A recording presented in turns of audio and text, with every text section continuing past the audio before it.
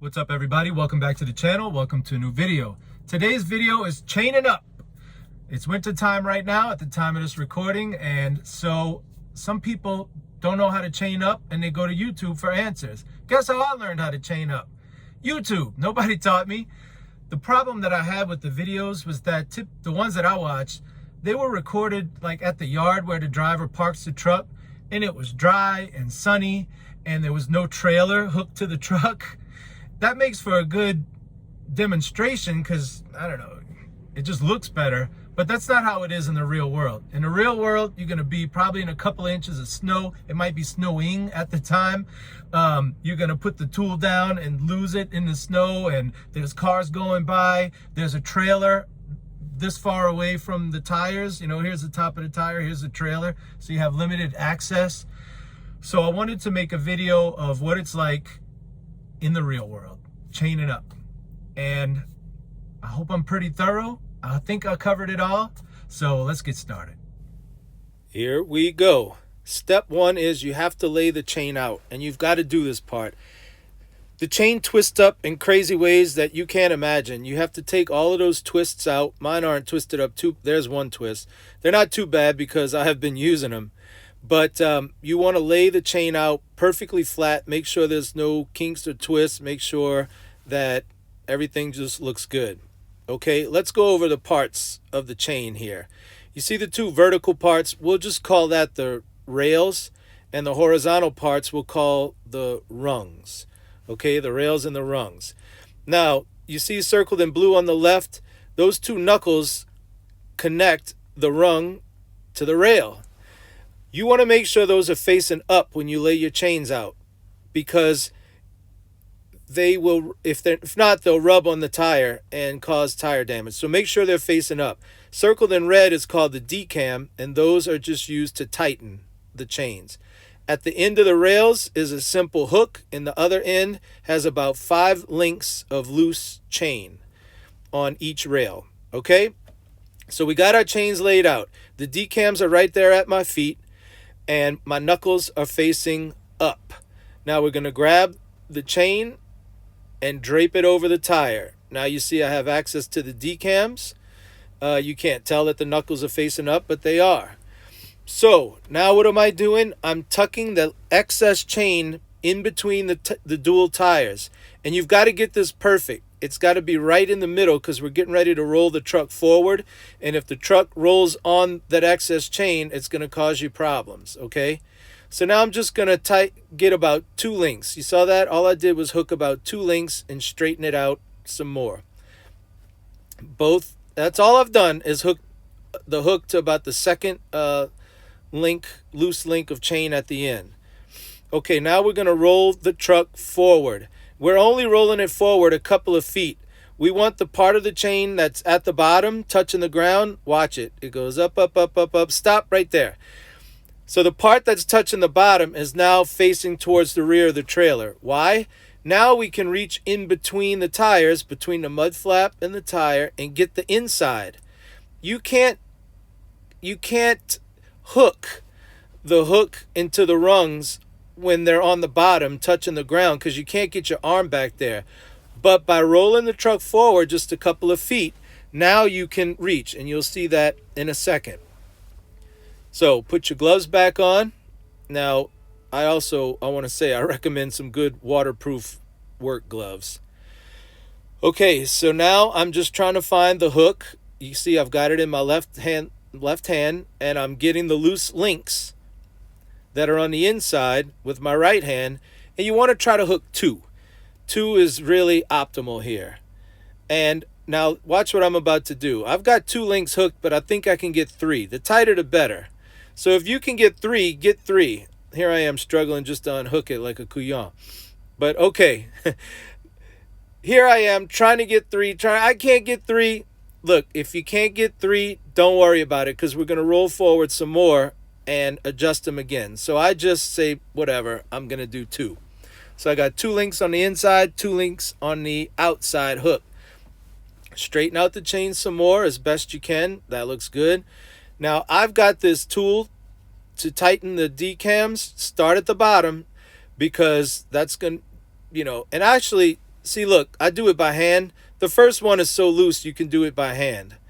And the second one too. So you go all the way around. There's 4 of them. That's 2 that's hooked, that's locked in, I should say. This is the 3rd one I'm working on. And you see how it's starting to get tight? That's a very good sign. You should really struggle on the last one. Watch how much I'm going to struggle to tighten it. That's good. That means they're really good and tight. See, I'm putting a lot of weight into it. Boom, perfect. It snaps into place. Now those chains are good and tight. After you do that, if you're doing the front tire, then go ahead and do the front tire. But here I am basically repeating the process. I need to hook the inside and then the outside. I think I was only able to get 1 link. But like I said, we're going to roll forward and backwards some more, which moves the chains around a little bit, and then readjust them because they're not done yet. Okay? Now that the chains are on and pretty tight, we're going to move the truck backwards and forwards and backwards as much as you want. The purpose of this is to try to get the chains to start to move around a little bit like they're going to do when you're driving, and then come back and readjust them and see if we could get them even tighter. That is a big help, because once you get out on the road, what are you going to do, right? So we want to make sure they're as tight as possible right now, and this step definitely helps. Okay, let's recap what we've done so far. We laid our chains out. There's no twist or anything. Those knuckles where the rungs meet up with the rails are facing up because we don't want them rubbing on the tire.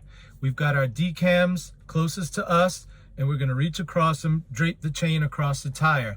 We're going to tuck the excess chain perfectly in between the 2 tires. Here's your 2 tires. You want it right in between, because remember, we're going to roll the truck forward and we don't want the truck rolling on that. Okay, the chains are draped. We got the excess tucked in between the tires. We're just going to hook about 2 links maybe on the outside. We then roll the truck forward to where the part of the tire that's touching the bottom rolls up to where it's right here. So that's only a couple of feet.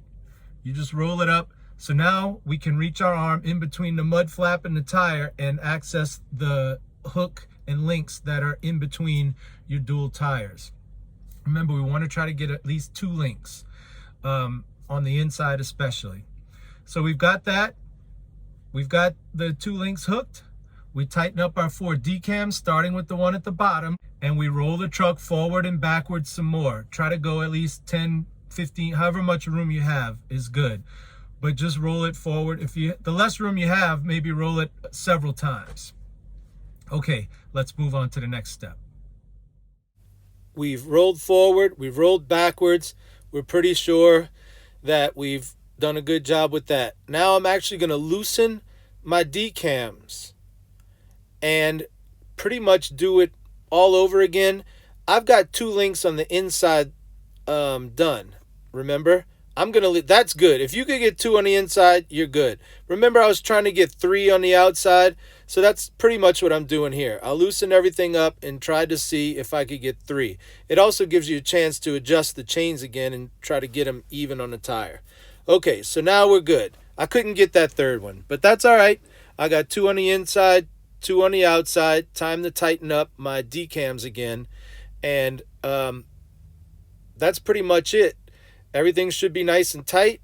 You see how it snaps into place? That's good. Guess what the next step is? Bungees. You have to put bungees on. Now, a lot of people use spider bungees, which look like this. I don't really care for the spider bungees. I'd rather just use individual bungee cords because you could customize them exactly like you want them. I really like it, okay? And you want to get them tight too. I mean, to where you're really straining to hook it. Stretch them out as far as they'll go. I put 3 on. You could put 4 or 5, as many as you want. I put 3, that works for me. I put 3, that works for me.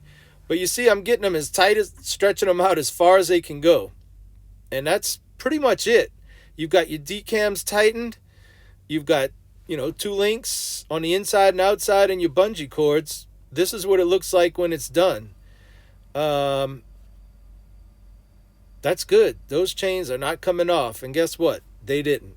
Now I want to talk briefly about some of the things that can go wrong while you're trying to do this and the remedies. If you drape your chains over and tuck them in and hook 2 links on the outside, step one was laying them out, and then you roll forward just a quarter of a turn and they won't meet up at all on the inside, like they're maybe this short, it's probably because one of the rungs is under the tire. That rung is rung that you would normally pull slack out from in order to make them connect. But because the tire's on top of it, you can't pull that slack and they won't meet up. All you do is drive forward 3 more inches just to get the tire off of that rung. Because there's definitely no way that the hook and the links shouldn't meet up at all. But I've seen them where they're like this far away and you can't get them. That probably means that you just rolled on. So just roll forward 3 inches and that should solve that problem.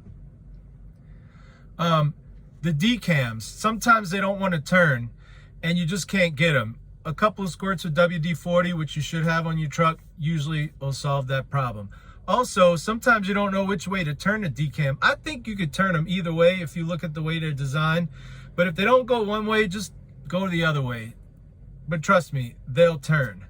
The last thing I like to do is, when I pull off of the highway or interstate to chain up, there's usually a chain up area off to the side to where we're somewhat safe. I try to park on the back of that. Like, just park the first available spot. Why? After I've done everything, chained, forward, backwards, readjusted them, put my bungees on, what I'll do is drive all the way to the end of the chain up area, pull over and check them again. Because I can drive a little faster, maybe 20 miles an hour safely, don't hit anybody. But it gives me a chance to drive a good little distance and then I check them again. Or I'll drive a couple of miles down the road and pull over. As long as you can do it safely. Don't say, Jay, I did it and my truck fell off the side of the interstate. Drive a mile or 2. If there's a safe place to pull over and check them again. The more you check them, the better. But you should only have to check them after you got them on with the bungees. And if you can pull to the end of the chain up station and check them, you should be good. But if you want to be safe, drive a mile or 2 and find a safe place to pull over, check them again, then you're good to go. You can probably drive a good 25, 30 miles on them before they'll start to loosen again. And you might want to pull over again and adjust them or check them. Some guys have driven 100 miles. If they're on good, they'll last. They'll stay on, okay? But if you've checked them once or twice, you can go 25, 30 miles, 40 miles even, you know, and they should be good to go. Okay, I hope this answers all of your questions about chaining. And I've given a little demonstration in the real world on side of the interstate. And so you see how to do it. If I left anything out, put a comment and I'll answer it. This is a system that works for me. But like I said, if I left something out, you have a question, just ask in the comments and I'll answer it. Okay, that's it. I hope I was thorough. I hope I covered everything. And I hope you learned something from this video. And I hope you watch the next one. And I hope maybe you consider subscribing. That's a lot of hoping. If one of those comes true, then I guess I'm doing all right. Okay, so check out the next video whenever it comes up. And until then, this is Jason signing out.